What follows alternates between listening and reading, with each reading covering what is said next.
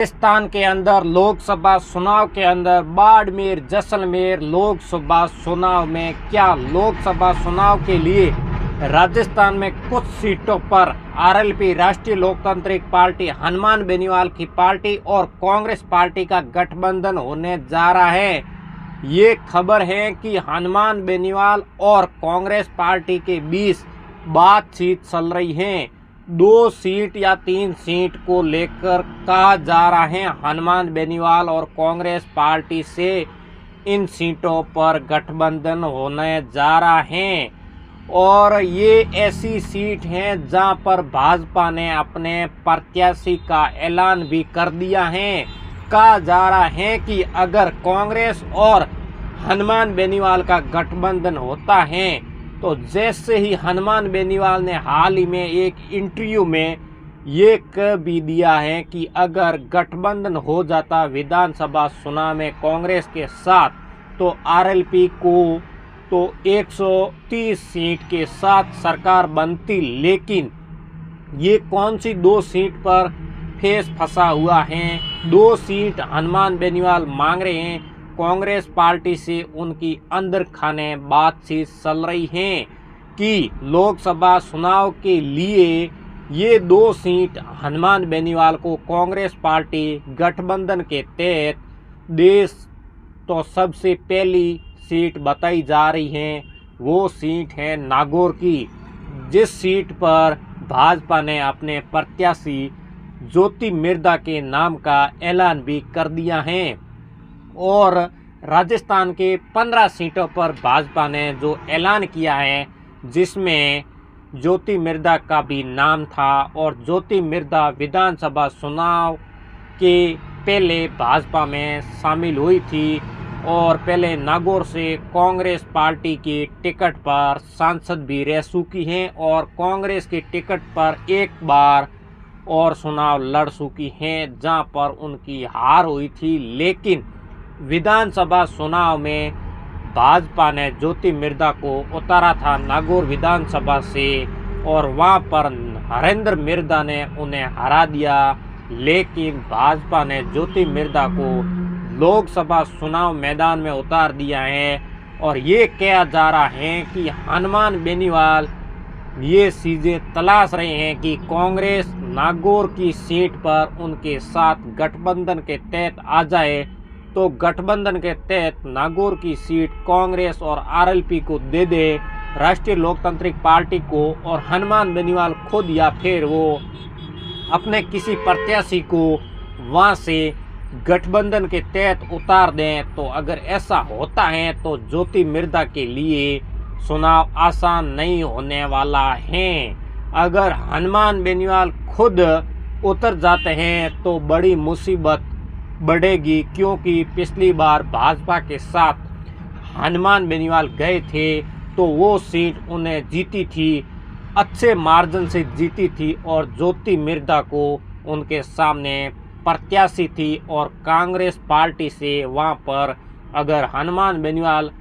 अब पिछली बार भाजपा के बजाय इस बार कांग्रेस के साथ जाते हैं, क्योंकि भाजपा गठबंधन करना नहीं चाहती है, तो हनुमान बेनीवाल कांग्रेस और आरएलपी मिलकर भाजपा की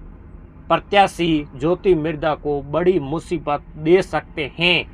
हो सकता है कि चुनाव एकदम कांटे का हो और ये सीट हॉट सीट बन जाए, पर जनता की, राजस्थान की सभी की नज़र इस सीट पर पड़ रही है और एक सीट, महत्वपूर्ण सीट, विधानसभा चुनाव में बाइतू की आवाज़ कहकर, बाइतू की आवाज़ के नाम से जाने जाने वाली उस सीट पर अमिताराम जी बेनीवाल की भी चर्चा है कि हनुमान बेनीवाल बाड़मेर लोकसभा सीट से, बाड़मेर जैसलमेर और बालोतरा लोकसभा से क्षेत्र हैं, वहां से कांग्रेस पार्टी से ये बातचीत कर रहे हैं कि वो सीट भी गठबंधन के तहत आरएलपी को दे दी जाए। तो इस सीट पर भी हनुमान बेनीवाल चाहते हैं कि अमिताराम बेनीवाल उतर जाएं तो उन्हें अपना अच्छा खासा वोट है और अपनी अच्छी खासी पकड़ भी है और ज़मीन स्तर पर बाड़मेर में बना ली है और ख़ास करके बायतू में। इसलिए हनुमान बेनीवाल ये बातचीत कर रहे हैं कि वो एक सीट भी अमिताराम बेनीवाल के लिए गठबंधन के तहत कांग्रेस पार्टी उन्हें दे दे। क्या ये गठबंधन की बातचीत बनेगी? क्योंकि दिल्ली में कहा जा रहा है कि मुलाकातों को कुछ नेताओं की हुई है, हनुमान बेनीवाल की भी, और मुलाकात कुछ नेताओं से हुई है। क्या ये गठबंधन के तहत ये सीट आने वाली हैं? अगर ये सीट आती हैं तो फिर मुसीबत होगी। क्या बाड़मेर में कैलाश चौधरी को, वहाँ नागौर में ज्योति मिर्धा को, क्योंकि वहाँ पर कैलाश चौधरी के लिए खेल आसान नहीं होगा। हो सकता है कि वहाँ पर अगर कांग्रेस पार्टी और आरएलपी का गठबंधन हो जाता है तो वहाँ पर कर्नल सोनाराम चौधरी, हेमाराम चौधरी और हरीश चौधरी, मदन प्रजापत और भी कांग्रेस के बड़ा नेता हैं, वो सब मिलकर अमिताराम बेनीवाल और सभी लोग लग जाएं तो अमिताराम बेनीवाल को जिताने के लिए एक तरफ कैलाश चौधरी ही रहेंगे। वहाँ पर भाजपा के लिए जो विधायक हैं वो कैलाश चौधरी के लिए कोशिश करेंगे और वो सब संगठित होकर अमिताराम बेनीवाल के लिए कोशिश करेंगे। हालांकि फाइट तो तकड़ी होगी, फाइट कांटे की होगी, लेकिन पहले ये गठबंधन की बातचीत क्या बनेगी, क्या ये तय होने जा रहा है कि गठबंधन होगा। पर ये बात कन्फर्म है,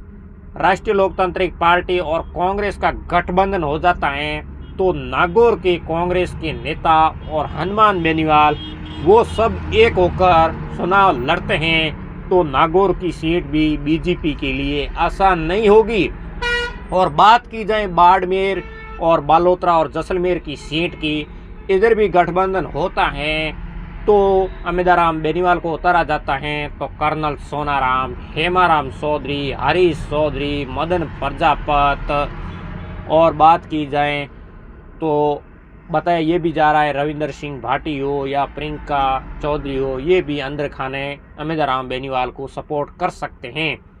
ऐसा होता है और कांग्रेस के नेता सब एकजुट होते हैं और अमिताराम बेनीवाल को उम्मीदवार बनाते हैं तो ये सीट भी बीजेपी के लिए कैलाश चौधरी के मुसीबत से कम नहीं होगी। क्योंकि भारतीय जनता पार्टी ने कैलाश चौधरी को मैदान में उतारने के बाद में इस सीट पर काफ़ी विरोध भी हो रहा है और बताया ये भी जा रहा है इस सीट को बीजेपी के पाले में लेना बड़ी मुश्किल बन सकती है। क्योंकि 5 साल के अंदर काफ़ी लोग नाराज़ भी हैं और बताया ये भी जा रहा है इस सीट पर अगर सब संगठित होके काम करें तो ये बड़े मार्जिन से सीट कांग्रेस और आरएलपी के खाते में जा सकती हैं। क्योंकि जो बताया ये भी जा रहा है, जो कैलाश चौधरी है उन्होंने भी कई बार ये भी कह चुके हैं मेरी गलती की सज़ा आप मोदी जी को मत देना, ऐसे शब्दों के साथ ही, क्योंकि ऐसा हो सकता है उन सज़ा मिल सकती है कैलाश चौधरी के लिए, ये मुसीबत बन सकती हैं। पर आपको क्या लग रहा है कमेंट करके ज़रूर बताएं और वीडियो को शेयर ज़रूर करें और हमारे यूट्यूब पर देख रहे हो सब्सक्राइब कर लें और फेसबुक पर देख रहे हो फॉलो कर दें और अगले नए वीडियो मिलते हैं। राम राम, नमस्कार।